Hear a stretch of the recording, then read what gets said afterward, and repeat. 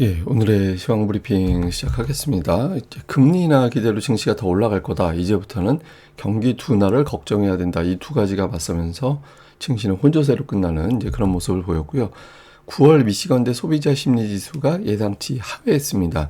경기에 대한 걱정을 소비자들이 하고 있다라는 것을 보여준 거죠. 뭐 테슬라, 마이크론 테크놀로지 이런 종목들이 급등을 하면서 나스닥 지수는 플러스가 났고요. 반면에 이제 백신주 를 비롯해서 이제 몇몇 종목군들은 좀 이슈가 있다 보니까 좀 하락하는 종목별로 좀 차이가 많이 나는 그런 모습이었습니다.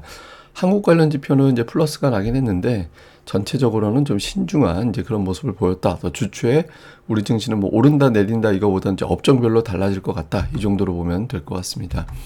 우선 뭐 지수를 보면 다우는 0.59% 빠졌는데 뭐 구성된 종목 중에서 오른 종목보다 하락한 종목이 훨씬 더 많았어요. 그리고 러셀 2000 지수도 그러니까 1% 넘게 빠졌잖아요. 그러니까 중소형주 모아놓은 지수를 러셀 2000 지수라고 하는데 전체적으로는 하락 종목 수가 더 많았구나 이렇게 볼 수 있는 거죠.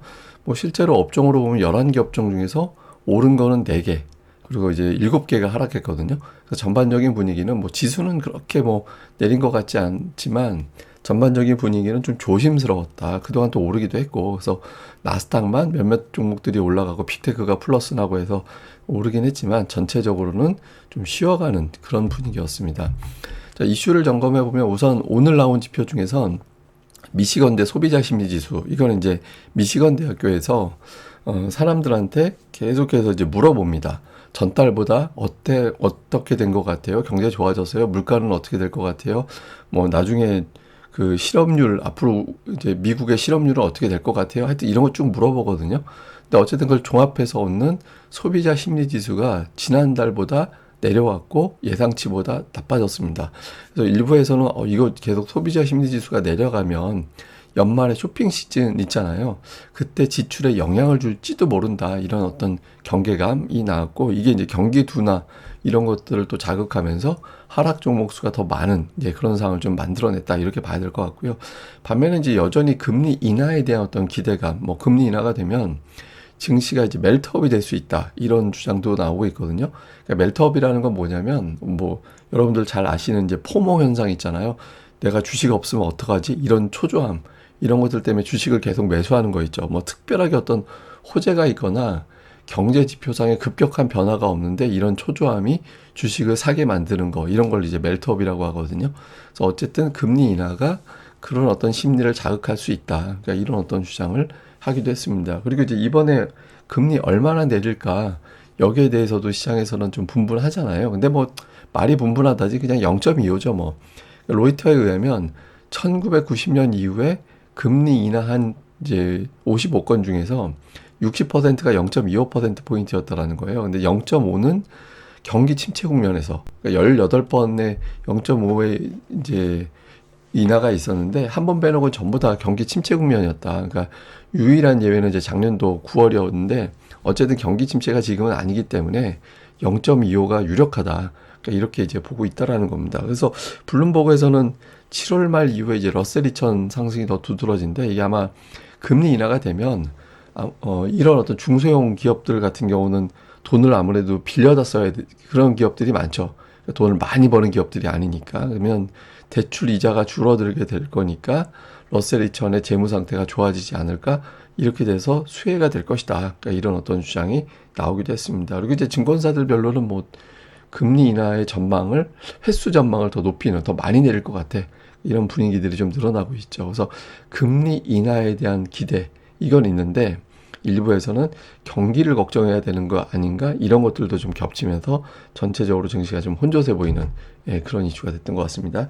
근데 이게 미시건대에서 조사한 소비자 심리 지수를 좀 자세히 보면 8월에 그 58.2였거든요. 그러니까 종합적으로 평가한 수치가.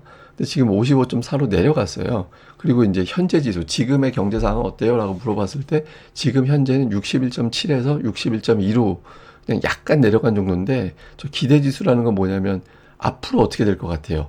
지금은 이런데 앞으로 어떻게 될 거야? 라고 물어보면 55.9에서 51.8로 떨어졌습니다. 그러니까 이게 사실 그 1년 전만 해도 70이었거든요. 이 수치가. 70이었는데 이제 사람들이 생각하기에는 경제가 나빠질 것 같아. 이렇게 계속 걱정을 하고 있다라는 거예요. 예, 그리고 이제 물가 지표. 앞으로 물가 어떻게 될 것 같아요? 라고 물어보면 1년 후에 물가를 예상하면 4.8, 4.8 지난달하고 이제 똑같은데 이게 되게 높은 거죠. 그러니까 물가가 4.8% 올라갈 것 같다고 하는 거니까 그럼 이제 장기 5년 이상의 장기를 물어봤더니 지난달에 3.5 정도라고 답변을 했는데 지금은 3.9라고 답변을 해요. 그러니까 아무래도 이제 관세 때문에 그러니까 물가가 올라갈 수 있겠구나 이렇게 보는 거죠. 그리고 또 응답자 65%는 미국의 실업률이 12개월 동안 계속 올라갈 것 같다. 이렇게 이제 답변을 했다라는 거죠. 그러니까 이게 미국 국민들의 경제에 대한 인식이 별로 안 좋아요. 그러니까 실제로 이 지표가 뭐냐면 정부 정책에 대해서 긍정적이다, 부정적이다 이렇게 언급하는 비율인데 부정적으로 언급하는 비율이 확 올라가고 있잖아요. 상당히 높죠. 그러니까 역대 이런 적이 없었어요. 예, 역대 이런 적이 없었는데 어쨌든 이제 트럼프가 워낙 또 좀 스타일이 세죠. 예, 세다 보니까 호불호가 되게 많이 갈리는데 최근 들어서는 특히 이제 그 반대쪽 지지하는 사람이나 중도 쪽에서는 상당히 부정적으로 이제 언급을 뭐 거의 대다수가 부정적으로 언급한다라고 봐야 되는 거죠. 그러니까 이게 아마 뭐 아무래도 이제 강성 지지층이 있다 보니까 이제 그쪽을 보고서 갈 수는 있겠지만 전체적으로는 이게 뭐 중간 선거라든가 미국 의회 선거도 또 앞으로 예정이 돼 있어서 향후에 이제 정치적인 어떤 부담은 향후에 좀 커지지 않을까 이렇게 해도 또 분석이 되는 것 같습니다. 그래서 어쨌든 물가가 제일 문제인 것 같아요. 그러니까 그 전년 대비 3% 이상 가격이 오른 품목 비율이 지금 거의 60%에 이르고 있거든요. 이거 코로나 때 그렇게 올라갔던 수치인데 그 이후에 이렇게까지 추세적으로 올라간 적이 없었어요. 그래서 제품 이제 뭐 물가 상승률이 가장 큰 문제가 되고 있는 것 같다. 그래서 어쨌든 금리는 내릴 것 같긴 한데 근데 이제 0.5% 인하 확률은 낮아졌죠. 한 10%, 12% 이렇게까지 올라갔었는데 지금은 이제 3.6%로 떨어져서 0.5까지는 안 내린다. 뭐 경기 침체가 없다라는 것도 있지만 그랬다가 이제 물가 자극하면 큰일 나지. 뭐 이런 생각도 있는 것 같아요. 예, 그래서 어쨌든 모건 스탠리는 9월부터 내년도 1월까지 0.25씩 4번 연달아 내렸다가 잠깐 쉬고 내년도 4월, 7월에 추가로 내릴 거다. 그러니까 이렇게 이제 전망을 하고 있고요. 도이체뱅크에서는 올해 원래 이제 2번 내린다라고 생각을 했는데 3번 내릴 거다. 3번 내리고 이게 금리 인하하는 게 이게 부작용도 있을 것 같다라는 거예요. 그러니까 인플레이션 문제를 좀 심화시킬 가능성도 있다. 또 이렇게 이제 또 우려를 하기도 했습니다. 뭐 종목으로는 시가총액 상위 중에서는 아마존 빼고는 이제 다 올라가는 이제 그런 모습을 보였습니다. 그래서 아마존을 제외하고는 대부분 올라가는데 아마존은 좀 그런 건 있는 것 같아요.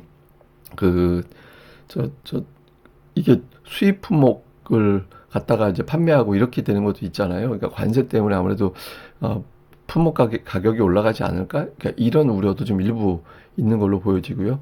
그 외에 이제 특징주를 이제 업종으로 좀 보면 테슬라는 오늘 많이 올랐잖아요. 그러니까 7% 넘게 올랐는데 그 네바다에도 이제 로보택시 관련해서 이제 테스트를 승인했다. 그러니까 이런 보도가 있고 금리 인하가 되면서 이게 자동차는 대부분 다 할부로 사잖아요. 그래서 할부 금리가 이제 인하가 되기 때문에 그러면 이제 자동차 판매량이 늘어날 거다. 그래서 이제 이런 것들 때문에 이제 테슬라가 좀 많이 올라갔고 마이크론 테크놀로지가 오늘 또 올라서 지금 8일 연속 올랐나? 하여튼 9월에 하루 빼곤 다 올랐어요. 예, 그러니까 제품 가격 인상 전망의 사상 최고가 경신을 했고요. 그러니까 마이크로소프트가 오늘 1.7% 정도 올라갔는데 저 팀즈가 기존의 어떤 마이크로소프트에서 만들어내는 다른 이제 소프트웨어에 끼어 팔기가 됐고 이것 때문에 이제 EU에서 과징금을 거액을 물어야 되는 상황이었거든요. 근데 이걸 갖다 끼어 팔지 않겠다, 분리하겠다 이렇게 이제 해버리면서 과징금 걱정을 덜었다 이러면서 이제 올라갔고 모더나를 비롯해서 오늘 뭐 파이자라든가 이런 백신주들이 많이 빠졌거든요. 그 당국에서 이제 백신 부작용을 조사한다라는 건데 이게 어린이들 25명이 이제 사망하는 사고가 있었대요. 그게 아무래도 그 백신 문제 때문인 것 같다. 이렇게 이제 당국에서 보는 것 같습니다. 그래서 그것 때문에 오늘 좀 많이 빠졌고 그리고 오늘 전력 관련된 종목군들이 많이 올랐는데 AI로 인해서 이제 전력 수요가 증가된다. 이게 또 오늘 스토리가 돼서 또 강세를 보였습니다. 여전히 이제 미국은 이번 주는 하여튼 AI가 이슈였어요. 그러니까 AI가 종목들을 움직이는 주된 이슈로 작동했던 주간이었구나라는 것을 다시 한번 보여주는 그런 대목인 것 같습니다. 그리고 또 하나는 이제 미국에서 또 그렇고 전 세계적으로 이제 자사주 매입이 계속 늘고 있잖아요. 근데 이게 현재 9월 정도 됐는데 작년도 전체 자사주 매입을 거의 따라잡았거든요. 그러니까 나머지 연말까지 생각을 해보면 아마 사상 최대의 자사주 매입이 단행되는 그런 해가 될 것 같다. 특히 이제 미국에서는 계속 다다주 매입이 늘어나고 있어서 증시가 상승하는데 이게 또 유통 주식을 줄이는 효과가 있잖아요. 그래서 뭐 그런 어떤 영향을 미치는 것 같다. 이런 분석도 좀 있는 것 같습니다. 예, 그리고 이제 한국 관련 지표는 또 이제 1.03% 올랐는데 어제 우리 증시 오른 거를 반영하는 수치라서 그러니까 미증시에 대한 어떤 반영은 거의 미미했다고 봐야 되거든요. 그래서 아마 우리 증시는 주초에 이제 뚜렷하게 뭐 플러스다, 뭐 마이너스다 이런 거 없이 그냥 업종별, 예, 그러니까 업종별 차이를 두면서 출발하겠구나. 우리가 이제 이렇게 예측이 된다. 이렇게 보면 되겠습니다. 자, 이제 미국에서 어쨌든 금리 인하에 대한 기대가 있는데 이게 계속 이번 주 내내 금리 인하 기대 이런 것들이 반복되다 보니까 오늘은 그다지 그렇게 큰 영향은 없었던 것 같고요. 오히려 이제 경기 둔화를 일부 투자자들이 걱정하고 있었다. 이런 것들이 좀 있고 그런 가운데 기술주가 순환해서 계속 올라가는 예, 뭐 계속해서 최초로 이제 움직임이 나왔던 게 브로드컴, 오라클 이번에는 이번 주 중반 넘어가면서부터는 마이크론 테크놀로지 이 계속해서 이제 기술주에 순환하면서 급등하는 그런 현상이 좀 이어지고 있다는 점은 다행스러운 대목이고 그리고 FOMC 이후에 과연 시장의 프레임이 뭐가 될 거냐 그러니까 유동성 효과냐 뉴스에 팔아라냐 제가 보기에는 그러니까 뉴스에 팔아라에 잠깐 작동했다가 그 다음에 유동성 기대로 넘어가는 그런 단계가 아닐까 이렇게 보여지는데 어쨌든 이런 어떤 프레임이 어떻게 돌아가는지를 좀 봐야 될 것 같고 이런 가운데 외국인들이 계속 한국 주식 매수할 수 있는 환경은 되는 것 같다 이렇게 보여지거든요. 그래서 우리는 이제 약간 이제 상승 종목은 좀 슬림해지는 가운데 주도주와 그렇지 않은 종목 간의 차이가 좀 나는 그런 국면으로 넘어가지 않을까 이렇게도 예상이 됩니다. 자, 오늘 제가 준비한 건 뭐냐면 그 미국의 분기별 가계 순자산 추이를 보여주는 거거든요. 그러니까 2분기 하여튼 엄청나게 늘어났대요. 그러니까 엄청나게 이제 늘어났는데 저게 이제 주식 시장이 올라가고 이런 것들 때문에 이제 올라갔다라고 봐야겠죠. 그래서 뭐 증시가 올라가고 또 이제 부동산 이제 가격 변화라든가 이런 것들이 반영이 됐을 건데 주식만 올라가면 가계자산은 올라가고 그렇게 되면 소비가 늘어날 수 있는 계기가 되거든요. 근데 이제 부동산하고 주식의 차이는 부동산을 현금화 시키는데 시간이 걸리잖아요. 예, 근데 이제 주식은 현금화 시키기가 쉽죠. 그러니까 오늘 팔면 이틀 후에 들어오기 때문에 그 이틀 후에 이제 소비로 바로 연결할 수 있는 현금이 생기고 또는 어차피 이틀 후에 돈이 들어올 거니까 오늘 있는 돈 가지고 일단 쓰자. 이런 것들이 나올 수 있거든요. 그래서 주식시장의 어떤 이제 활성화가 소비에 영향을 줄 수 있다. 미국같이 가계 순자산이 급격하게 늘어나는데 주식이 좀 일조를 계속 했으면 좋겠다라는 바람이 있고 근데 여기 이제 댓글에 이런 거에 있더라고요.